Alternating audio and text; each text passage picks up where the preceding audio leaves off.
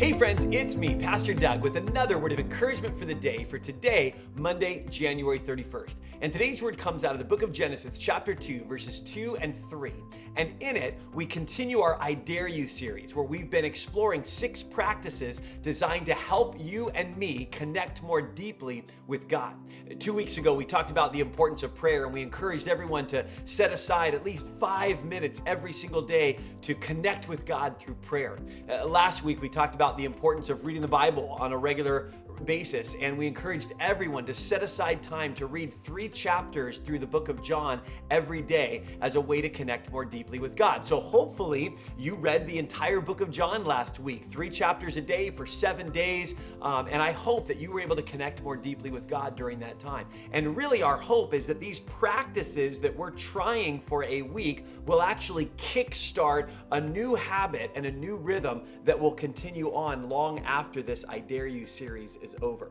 Well, today we're talking about the Sabbath. This week we're looking at the idea of the Sabbath, which is a day of rest. It comes from the Hebrew word Shabbat, which literally means to stop, to cease, to desist, or to rest. And in Genesis chapter 2, verses 2 and 3, we read this.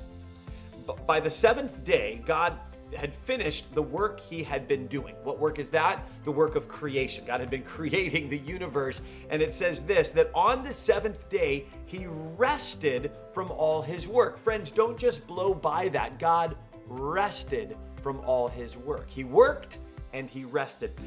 Scripture goes on to say this, then God blessed the 7th day and made it holy, set it apart, because on it he had rested from all the work of creating he had done. Friends, here's the obvious question I want to ask. Why did God choose to rest? God doesn't need rest. He doesn't need sleep like we need sleep. He doesn't need naps in the middle of the day because, he gets tired easily, right? God is almighty and all-powerful and sovereignly in control over the entire universe. God doesn't need to rest the way you and I need to rest. So why did God rest? Well, I think there's a couple of things at work here. One, God was setting an example for us, but even deeper than that, I believe that God was establishing a rhythm, an order to his creation, a rhythm and an order to our lives. You think about the various rhythms in creation. In fact, let me read to you this little passage out of this book, Sacred Rhythms. The author says this, that God has arranged our lives in rhythms. She says this, work and rest, fruitfulness and dormancy, planting and harvesting, sowing, reaping, giving, receiving, being and doing, activism and surrender. The author here is describing this beautiful symbiotic relationship between these two different things. And in Genesis chapter 2, verses 2 and 3, we see the relationship and the rhythm that God's establishing between work and rest. God worked and God rested.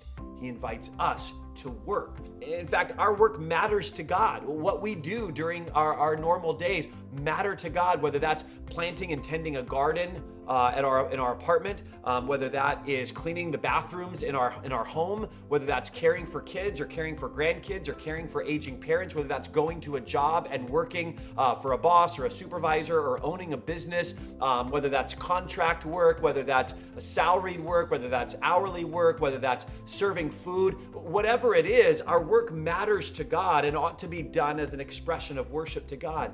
But that rhythm that God established in creation tells us that not only is our work important, but our rest is important as well. So important that God actually embodied and exemplified and modeled that for us in the order of creation. He built it in to the order of creation, that there would be these rhythms, these seasons, these times of work and this time of rest. And so friends, here's what I want to encourage you to do this week.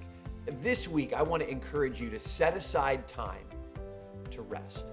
Sure, you're going to sleep, sure, you might sit on the couch for a little bit, but I mean designate time, like a chunk of time, whether that's 4 hours on Saturday, whether that's the entire day of Sunday, to just stop, to not produce, to not make, to not do, maybe turn off the TV, set aside the phone and the iPad, and maybe read, maybe go for a walk, enjoy creation, go to a park and just sit and enjoy God's creation, but stop, rest, delight in the presence of God.